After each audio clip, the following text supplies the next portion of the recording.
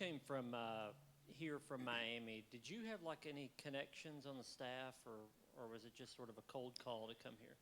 I didn't have any strong connections. It's funny because the offensive coordinator, Alex Golish, was from my same hometown, but did not know him previously to being here. The guy that I GA'd for at Miami, Ohio, had worked with Coach Heupel at Oklahoma. So that was kind of my way in. So do you think that made this feel more merit-based, that you've moved up without having a direct connection to anybody? I mean, yeah, I think everything in this building's merit-based. You know, there's young guys, there's guys that are grinding every day on this staff, you see it on the team with our players. But Coach Heupel's created a culture where he allows guys to move up and guys to show what they can do. He puts a tremendous amount of trust in us, and we got a tremendous amount of trust in him. What's the biggest thing that's standing out about Max Gilbert right now? He's striking the ball well. He's he's got a tremendous talent with his leg. We've got 2 kickers right now that have unbelievable ability. Max has been consistent. He's been consistent in the season. Just continuing to train him and Josh Turbyville as well, put them in the situations that when we get into Neyland, we play at Alabama, Georgia, Florida, getting them ready for that moment.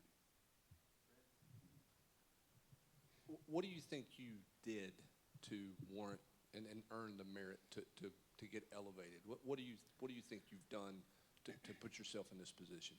I mean, I think I've been given every opportunity behind the scenes to show what I can do. I think I've been around great people in this building that have molded me to be the coach that Coach Heupel wants in this building. Work hard is something that everybody in this place does, but just tried to take every day with it was my personal responsibility to make an impact, whether that be on special teams or, with our team in any capacity. So who would be, where did you learn special teams from? What's your background to become a special teams guy? Yeah, I mean, my background as a player, I was a long snapper in college, and I had a lot of times in meetings just as a player sitting in on every unit.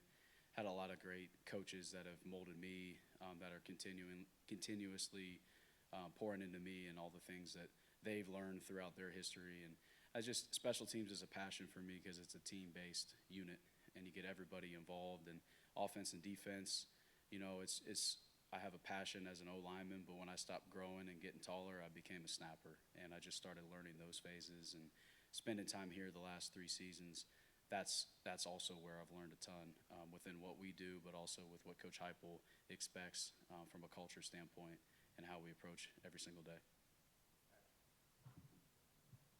Evan, how do you balance sort of taking what you learned or having worked with Coach Eckler when he was here and also now as you take over putting your own imprint on special teams, whether it's practice, games, schemes, things like that?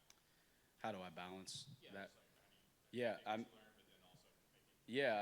There's a tremendous foundation here, starting with Coach Heupel, and Coach Eckler's one of the guys that has molded me into being a special teams guy and conceptually just having a good understanding of what we're trying to accomplish. But Coach Heupel, and just every day that we do special teams, there's a standard and an expectation that our team is involved, our coaches are involved.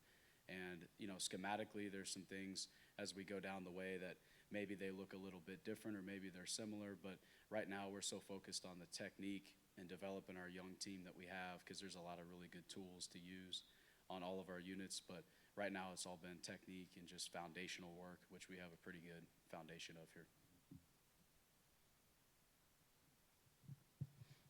What's that dynamic like with you and John? Obviously, he's been an NFL coordinator for a long time. What's that sort of relationship you have with him? Did you know him at all when he came in? And what's that been like working with him? So it's awesome. Did not know him personally before he got here. However, I played against his team when he was the head coach at Central Michigan, so it's a little bit funny. I got to still look back on his scouting report on me as a snapper and see what he said. But, no, he's fantastic. His wealth of knowledge, his experience, a sounding board, to have another guy in there that's been in the fire at a really high level. I think it's important. And I think, just having another guy in the room that just brings more experience and more ideas and things like that, it's important, to have just the strongest units that we can have.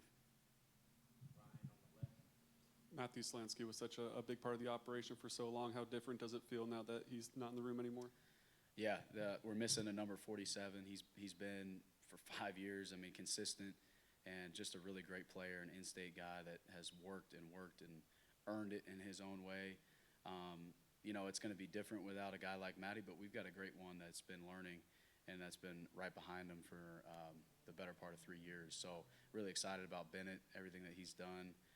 We've got some guys coming in too, but he's putting himself in position to have a great career just like Matty did. Anything else? All right. Thank you. Good.